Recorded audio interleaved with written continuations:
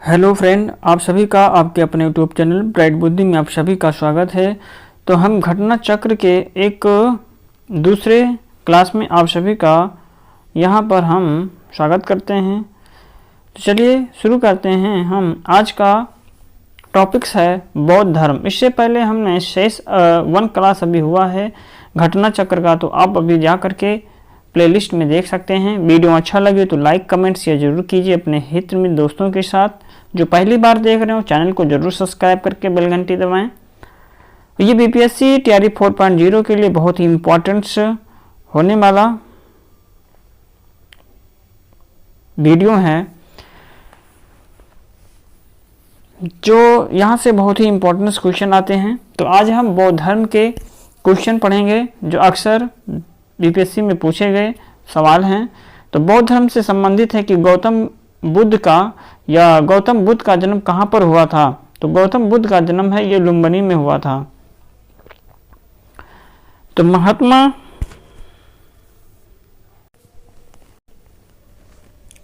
महात्मा बुद्ध का जन्म 563 ईस्वी में कपिलवस्तु के समीप लुम्बिनी वन में हुआ था। बोध गया बिहार में वैशाख पूर्णिमा की रात को उन्हें ज्ञान प्राप्त हुआ। काशी के ऋषि पत्तनम मृगदाव सारनाथ में उन्होंने प्रथम उपदेश दिया और प्रथम उपदेश को हम धर्म चक्र परिवर्तन से जानते हैं। कुशीनगर में उनका निधन हुआ, जिसे बौद्ध साहित्य में महापरिनिर्वाण कहा गया है।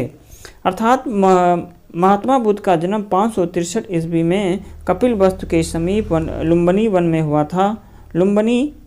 था। बोध गया जो बिहार में है, वैशाख पूर्णिमा की रात को उन्हें ज्ञान प्राप्त हुआ और काशी के ऋषिपत्तनम मृगदाव सारनाथ में उन्होंने प्रथम उपदेश धर्म चक्र परिवर्तन दिया एवं कुशीनगर में उनका निधन हो गया, जिसे बौद्ध साहित्य में महापरिनिर्वाण कहा गया है।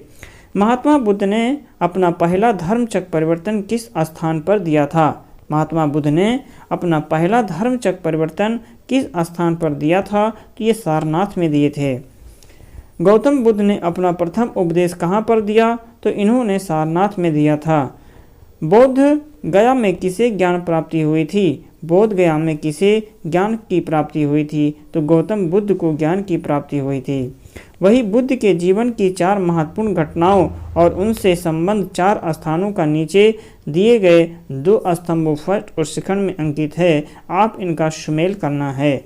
जैसे कि जो जन्म है, जन्म कहाँ पर हुआ था। तो इनका जन्म लुम्बिनी में हुआ था। ज्ञान प्राप्ति कहाँ हुआ। तो ज्ञान प्राप्ति बोध गया में हुआ था। वही प्रथम प्रवचन कहाँ पर दिए थे। तो इन्होंने प्रथम प्रवचन दिया था सारनाथ में दिए थे। वही निधन कहाँ पर हो गया। तो कुशीनगर में इनका निधन हो गया था। तो वही क्या है, जो जन्म है लुम्बिनी में, ज्ञान प्राप्ति हुई बोध गया में, प्रथम प्रवचन सारनाथ में और निधन हुआ था कुशीनगर में।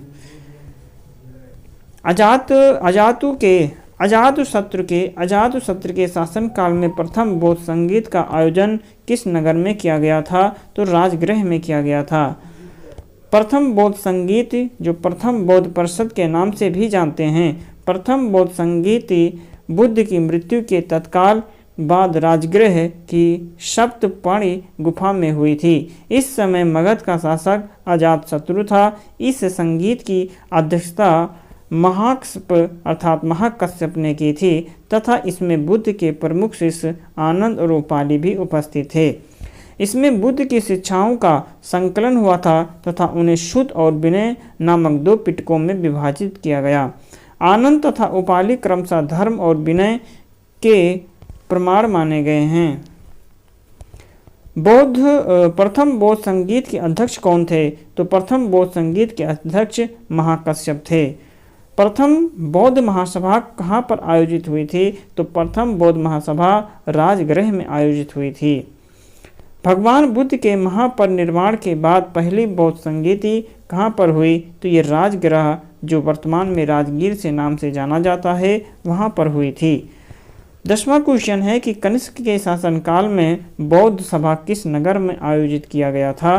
तो ये किया गया था कश्मीर में। कहाँ पे। सी नंबर इसका ऑप्शन सही है, कश्मीर में किया गया था। अर्थात कि वो कहाँ पर बौद्ध धर्म की चौथी और अंतिम संगीत सभा कुषाण शासक कनिष्क के राज्यकाल में कश्मीर के कुंडल वन में हुई थी। अर्थात कहाँ पर हुआ था? कश्मीर में हुआ था।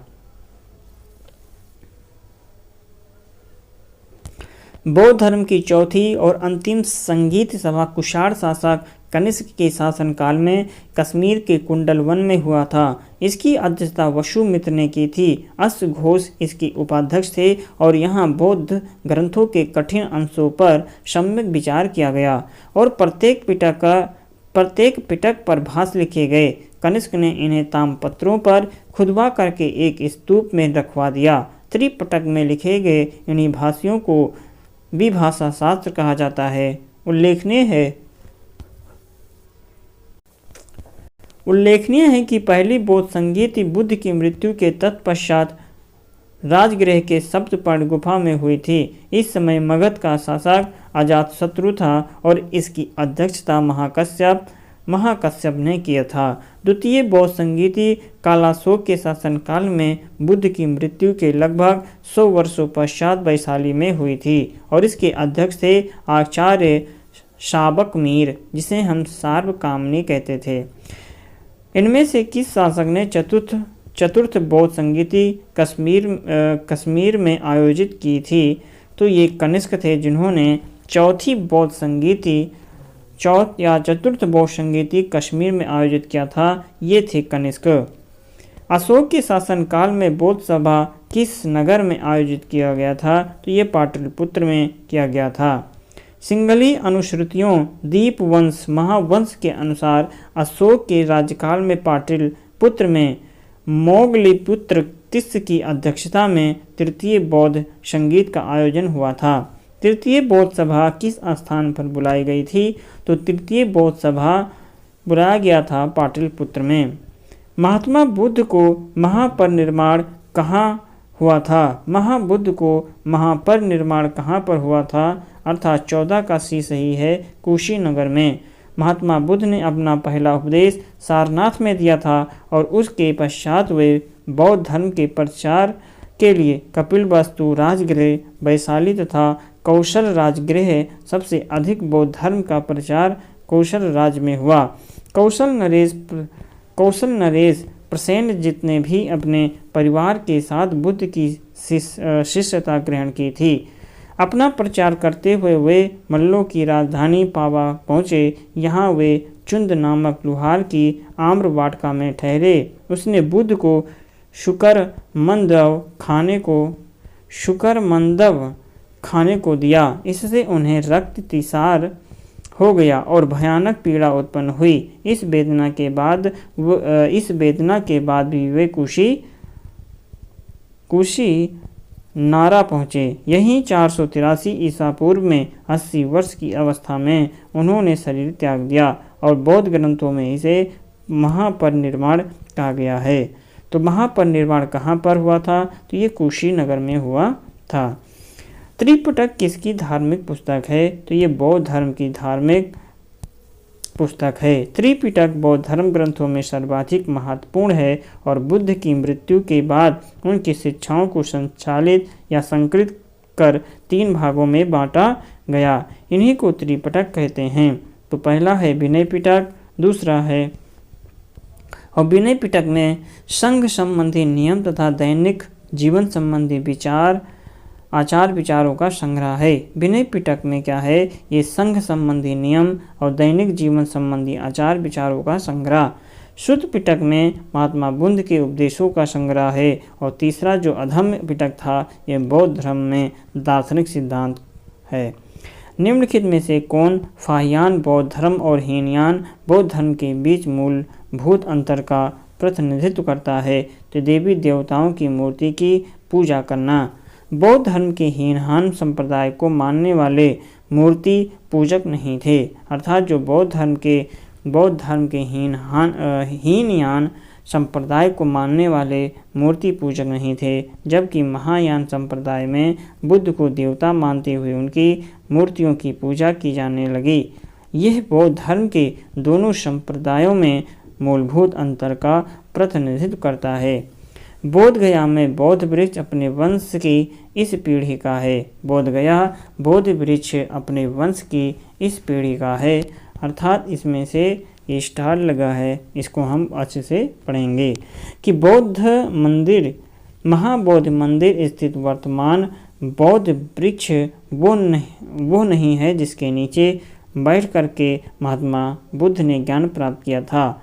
ह्वेन सांग के अनुसार उस मूल वृक्ष को 7वीं शताब्दी में सम्राट अशोक ने नष्ट कर दिया। इसके बाद उस स्थान पर 2 और वृक्ष रोपित हुए और नष्ट हुए। वर्तमान वृक्ष जिसे हम देख रहे हैं वो 5वीं पीढ़ी के वृक्ष हैं जिसे अलेक्जेंडर कनिंघम ने लगवाया था। यह वृक्ष पूरी तरह संरक्षित है और केवल इससे गिरी हुई पत्तियों को ही छूने एवं उठाने का अधिकार है।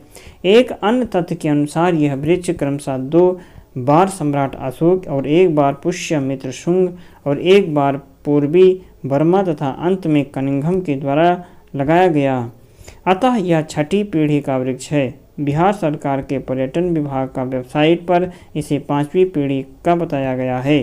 तत्वों में विवाद होने के कारण बिहार लोक सेवा आयोग ने इस प्रश्न को मूल्यांकन से बाहर कर दिया। चीनी यात्री सुंग युन ने भारत की यात्रा की थी, तो ये कब किए थे? ये 515 से 520 ईस्वी में किया था। तो चीनी यात्री जो था ये चीनी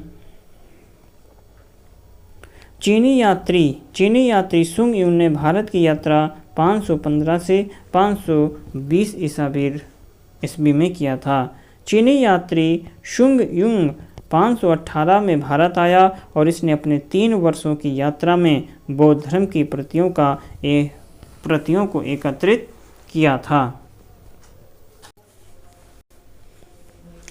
बोध गया में महाबोधि मंदिर बनाया गया है, जहाँ पर बोध गया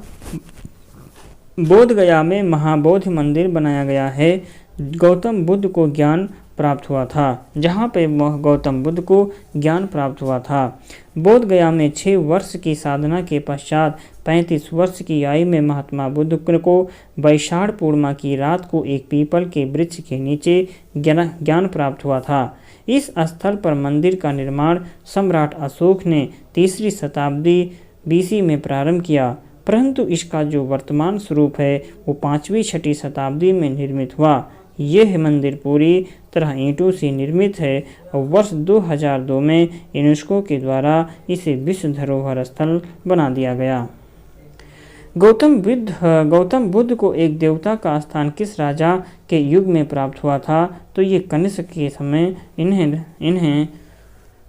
के समय बुद्ध को एक देवता का स्थान प्राप्त हुआ था। कनिष्क के शासनकाल में संपन्न चतुर्थ बौद्ध संगीति में बौद्ध धर्म हीनयान एवं महायान नामक 2 स्पष्ट एवं स्वतंत्र संप्रदायों में विभक्त हो गया। महायान शाखा में बुद्ध को देवता माना गया था और उनकी पूजा की जाने लगी। इसी के साथ उनके बौद्ध शक्तियों की पूजा भी प्रारंभ हो गई। वह शिक्षक जिनसे बुद्ध ने महाभिनिष्क्रमण के बाद सबसे पहले ज्ञान प्राप्ति का प्रयास किया है, तो वो C नंबर सही है। अलार अक्कालाम एवं रुद्रक रामपुत्र। महाभिनिष्क्रमण के बाद ज्ञान की खोज में महात्मा बुद्ध अलार कलाम के आश्रम में पहुँचे, उनसे दीक्षा ली और अलार कलाम के आश्रम में उन्होंने तपस्या की, किंतु वे संतुष्ट नहीं हुए। अलार कलाम सांख्य दर्शन के 22 नंबर का क्वेश्चन है कि भारतीय कला में स्तूप, चैत्य और विहार का निर्माण निम्नलिखित में से किससे संबंधित है? तो ये बौद्ध धर्म से संबंधित है, अर्थात बौद्ध धर्म से संबंधित भारतीय कला में आता है स्तूप, चैत्य और विहार, ये बौद्ध धर्म से संबंधित। चैत्य का शाब्दिक अर्थ होता है चिता संबंधी। शवदाह के पश्चात बचे हुए अवशेषों को भूमि में गाड़ करके उनके ऊपर जो समाधियां बनाई गई उन्हीं को प्रारंभ में चैत्य या स्तूप कहा गया। इन समाधियों में महापुरुषों के धातु अवशेष सुरक्षित थे, अतः चैत्य उपासना के केंद्र बन गए। कालांतर में बौद्धों ने इन्हें अपनी उपासना का केंद्र बना लिया और चैत्य ग्रहों के समीप ही भिक्षुओं के रहने के लिए आवास बनाए गए, जिन्हें विहार कहा गया है। निम्नलिखित में से कौन सी बात बौद्ध धर्म तथा जैन धर्म में समान नहीं है? तो ये आत्म दमन जो है ये दोनों में समान नहीं है। तप अथवा अर्थात आत्मदमन और भोग की आति का परिहार एवं मध्यम का अनुसरण केवल बौद्ध धर्म में किया गया था, जैन धर्म में नहीं। जबकि वेदों के प्रामाणिकता के प्रति अनास्था, कर्मकांडों की फलवत्ता का निषेध एवं प्राणियों की हिंसा का निषेध दोनों धर्मों में किया गया है। नालंदा विश्वविद्यालय का ज्ञान का महान केंद्र था। नालंदा विश्वविद्यालय ज्ञान का महान केंद्र था, तो ये बौद्ध धर्म का। नालंदा विश्वविद्यालय बौद्ध दर्शन के अध्ययन के लिए विश्व प्रसिद्ध था और 5वीं शताब्दी के मध्य गुप्तों के समय में नालंदा विश्वविद्यालय अस्तित्व में आया। सर्वप्रथम कुमार गुप्त प्रथम ने नालंदा बिहार को दान दिया और बाद में बुद्धगुप्त तथा गतगुप्त तथा बालादित्य नामक गुप्त शासकों ने भी बिहार को दान दिया था। बुद्ध की प्राचीनतम प्रतिमा किस शैली में प्राप्त होती है? तो इनकी प्राचीनतम प्रतिमा किस शैली में? तो उपरोक्त में से या मतलब कोई नहीं, अर्थात कुषाण काल में ही गांधार एवं मथुरा कला शैली के तहत बुद्ध एवं बोधिसत्वों की बहुसंख्यक मूर्तियों का निर्माण हुआ है। V.S. अग्रवाल के मतानुसार सर्वप्रथम मथुरा में ही बुद्ध मूर्तियों का निर्माण किया गया, जहां इनके लिए पर्याप्त आधार था। ह्वेन-त्सांग के वितरण के अनुसार बुद्ध की प्रतिमा कौशाम्बी में बनी थी, परंतु अनेक विद्वान महात्मा बुद्ध की प्रथम प्रतिमा के निर्माण का श्रेय गांधार कला को देते हैं। अतः निश्चित तौर पर यह नहीं कहा जा सकता कि बुद्ध की प्रथम प्रतिमा कहाँ पर है। विश्व का सबसे ऊंचा कहा जाने वाला विश्व शांति स्तूप बिहार में कहाँ पर है? तो 26 काशी राजगीर में। विश्व का सबसे ऊंचा कहा जाने वाला विश्व शांति स्तूप बिहार में राजगिरी की पहाड़ियों पर स्थित है। बोध गया में महाबोधि मंदिर बनाया गया है। तो बोध गया में महाबोधि मंदिर बनाया गया है। गौतम बुद्ध को ज्ञान प्राप्त हुआ था। बोध गया में महाबोधि मंदिर का मंदिर बनवाया गया, जहां बौद्ध या गौतम बुद्ध को ज्ञान प्राप्त हुआ। बोध गया में 6 वर्ष की साधना के पश्चात 35 वर्ष की आयु में महात्मा बुद्ध को बैसाख पूर्णिमा की रात को एक पीपल के वृक्ष के नीचे ज्ञान प्राप्त हुआ था। जैन धर्म, यहाँ से हमको अब जैन धर्म के बारे में पढ़ना है।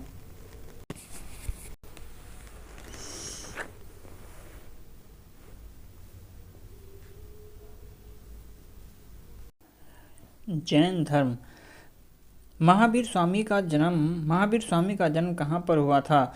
तो महावीर स्वामी का जन्म ये कुंडग्राम में हुआ था।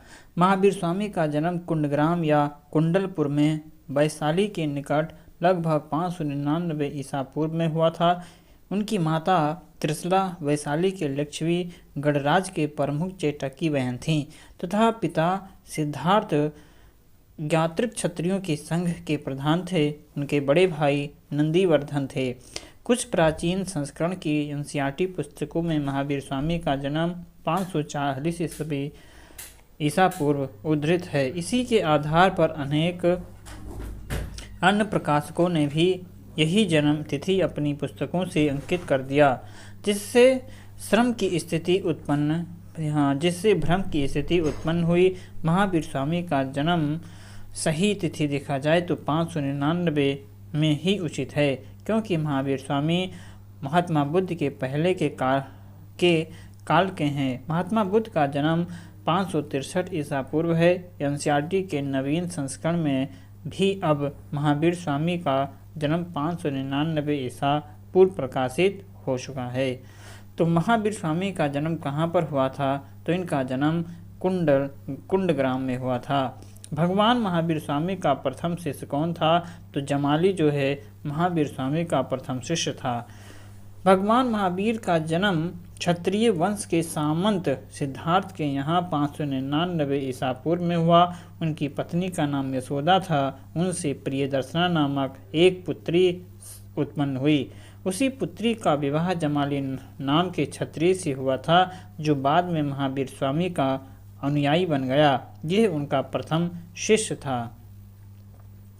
जैन धर्म के प्रवर्तक महावीर जी का मोक्ष स्थान कहाँ पर स्थित है? तो ये पावापुरी में स्थित है। जैन धर्म के प्रवर्तक महावीर स्वामी का मोक्ष स्थान निर्माण जो है ये पावापुरी में स्थित है। बिहार राज्य के नालंदा जिला में स्थित पावापुरी जैनियों का एक प्रमुख तीर्थ स्थल है। भगवान महावीर ने 527 ईसा पूर्व में 72 वर्ष की आयु में बिहार के पावापुरी में अपना शरीर त्याग दिया। महावीर जैन की मृत्यु निम्नलिखित में से किस नगर में हुई थी? तो महावीर जैन की मृत्यु पावापुरी में हुआ था। बराबर की गुफाओं का उपयोग किसने आश्रय गृह के रूप में किया था? तो आजीविकों ने किया था। मौर्य युग में गुफाओं को काट करके निवास स्थान बनाने की कला का पूर्ण विकास हुआ। अशोक तथा उसके पौत्र दशरथ के समय में बराबर तथा नागार्जुनी पहाड़ों को काट करके आजीवक संप्रदाय के अनुयायियों के लिए आश्रय गृह बनाए गए थे। निम्नलिखित में से कौन सबसे पूर्वकालिक जैन ग्रंथ कहलाता है? तो सबसे पूर्वकालिक जैन ग्रंथ 14 पूर्व कहलाता है। 14 पूर्व प्राचीनतम जैन ग्रंथ है। अंतिम नंद राजा के समय में भी शंभूत विजय तथा भद्रबाहु संघ के अध्यक्ष थे तथा वे ही महावीर के द्वारा प्रदत्त 14 पूर्वों के इस विषय में जानने वाले अंतिम व्यक्ति थे। 12 अंगों में जैन सिद्धांतों का संकलन प्रथम जैन सभा में किया गया था। त्रिरत्न या 3 रत्न जैसे सटीक ज्ञान, सच्ची आस्था और सटीक क्रिया निम्न में से किससे संबंधित है? तो ये जैन धर्म से संबंधित है। जैन धर्म में मोक्ष के लिए 3 साधन आवश्यक बताए गए। पहला है सटीक ज्ञान अर्थात सम्यक ज्ञान, सम्यक दर्शन और सम्यक चरित्र अर्थात सटीक ज्ञान, सच्ची आस्था और सटीक क्रिया। इन तीनों को जैन धर्म में त्रिरत्न की संज्ञा दिया गया। निम्नलिखित में से कौन सी बात बौद्ध धर्म तथा जैन धर्म में समान नहीं है? तो यह आत्मदमन जो है ये समान नहीं है। बौद्ध धर्म में और जैन धर्म में यही बात जो है समान नहीं है, आत्मदमन। गौतम बुद्ध ने मध्यम वर्ग का उपदेश दिया। वे निर्वाण के लिए कठोर साधना एवं काया क्लेश में विश्वास नहीं करते थे। इसके विपरीत महावीर स्वामी ने कैवल्य प्राप्ति के लिए घोर तपस्या तथा शरीर त्याग को आवश्यक बताया। आजीवक संप्रदाय के संस्थापक कौन थे? तो ये मखली गोशाल थे। मखली गोशाल प्रारंभ में महावीर स्वामी के शिष्य थे, किंतु बाद में मतभेद के चलते इन्होंने महावीर की शिष्यता त्याग कर आजीवक नामक स्वतंत्र संप्रदाय की स्थापना की। इनका मत नियतिवाद कहा जाता है, जिसके अनुसार संसार की प्रत्येक वस्तु भाग्य के द्वारा पूर्व में नियंत्रित एवं संचालित होती है। पाटलिपुत्र में बुलाई गई प्रथम जैन संगीत के अध्यक्ष कौन थे? तो पाटलिपुत्र में बुलाई गई प्रथम जैन संगीति के अध्यक्ष जो थे स्थूलभद्र थे। पाटलिपुत्र में प्रथम जैन संगीति का आयोजन चतुर्थ शताब्दी ईसा पूर्व में हुआ था, जिसके अध्यक्ष स्थूलभद्र थे और इस सभा में जैन धर्म के 12 अंगों का संकलन किया गया था। निम्नलिखित राजाओं में से किसका जैन धर्म के प्रति भारी झुकाव था? तो ये खारवाल थे, जिनका झुकाव ज़्यादा था। कलिंग का चेतवंशीय शासक खारवेल नामक प्राचीन भारतीय इतिहास के महानतम सम्राटों में से एक था। उड़ीसा प्रांत के भुवनेश्वर से 3 मील की दूरी पर स्थित उदयगिरी पहाड़ी की हाथी गुम्फा से उसका एक बिना तिथि का अभिलेख प्राप्त हुआ। यह अभिलेख खारवेल का इतिहास जानने का एकमात्र स्रोत है। इसका जैन धर्म के प्रति अधिक झुकाव था और हाथी गुफा में अभिलेख प्राकृतिक भाषा में है। वह स्थान जहाँ महावीर ने पूर्ण आध्यात्मिक ज्ञान अर्थात कैवल्य ज्ञान प्राप्त किया था, तो वो है जृंभिक ग्राम है।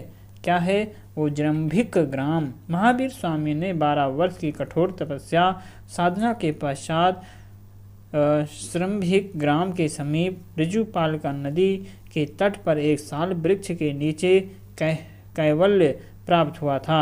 फलतः वो कैवलिन कहलाए। शैव तथा भागवत धर्म। भागवत संप्रदाय के विकास में जिसकी देन अत्यधिक थी, वो गुप्त कहलाए थे। मतलब कि भागवत संप्रदाय के विकास में किसकी देन सर्वाधिक थी? तो गुप्त की देन सर्वाधिक थी। भागवत अथवा वैष्णव धर्म का चरमोत्कर्ष गुप्त राजाओं के शासन काल में हुआ। गुप्त नरेश वैष्णव मतानुयायी थे तथा उन्होंने इसे अपना राजधर्म बनाया था। अधिकांश शासक परम भागवत की उपाधि धारण करते थे। विष्णु का वाहन गरुण ये गुप्तों का राज्य चिन्ह था। नरमपंथियों सिद्धों और योगियों ने भक्ति धर्म को किस क्षेत्र में लोकप्रिय बनाया? तो ये उत्तर भारत में लोकप्रिय बनाया।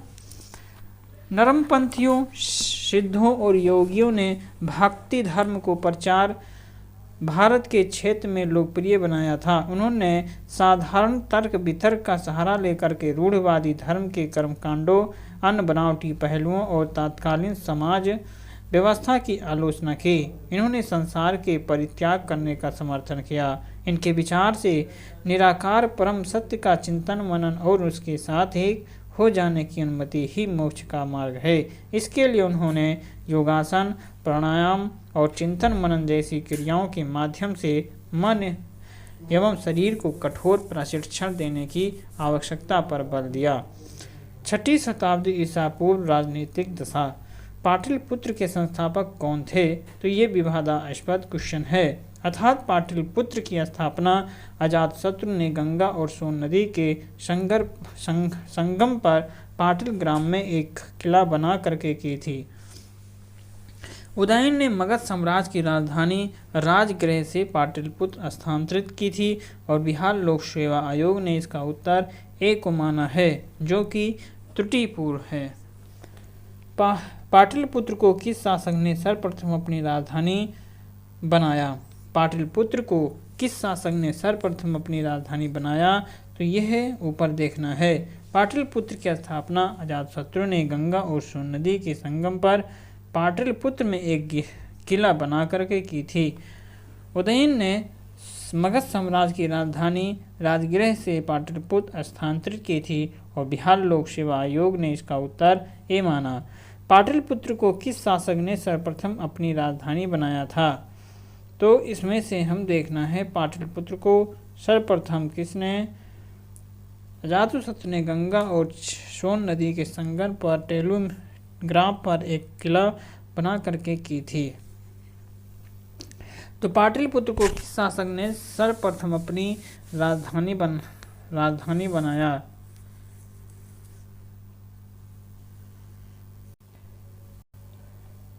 तो इसमें से पाटलिपुत्र को किस शासक ने सर्वप्रथम अपनी राजधानी बनाया था? तो इसमें से किसने बनाया था पाटलिपुत्र को? तो अजातशत्रु ने बनाया था। कौन? पाटलिपुत्र की स्थापना अजातशत्रु ने गंगा और सोन नदी के संगम पर पाटल ग्राम में एक किला बना करके किया था। उदयन ने मगध साम्राज्य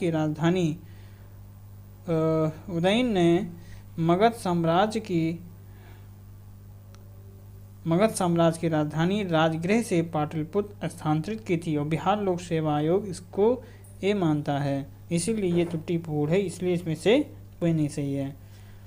तो हम यहाँ पर जो है 6वीं शताब्दी ईसा पूर्व राजनीतिक दशा जो है, इसके बारे में हम अगले वीडियो में पढ़ा जाएगा। अगले वीडियो में हम यहाँ से 6ठी शताब्दी ईसा पूर्व राजनीतिक दशा से देखेंगे। वीडियो में अच्छा लगे तो लाइक कमेंट शेयर जरूर कीजिए अपने हित में दोस्तों के साथ। जो पहली बार देख रहे हो चैनल को सब्सक्राइब करके बेल घंटी बजाएं। तब तक के लिए पढ़ते रहें, मस्त रहें। नमस्कार।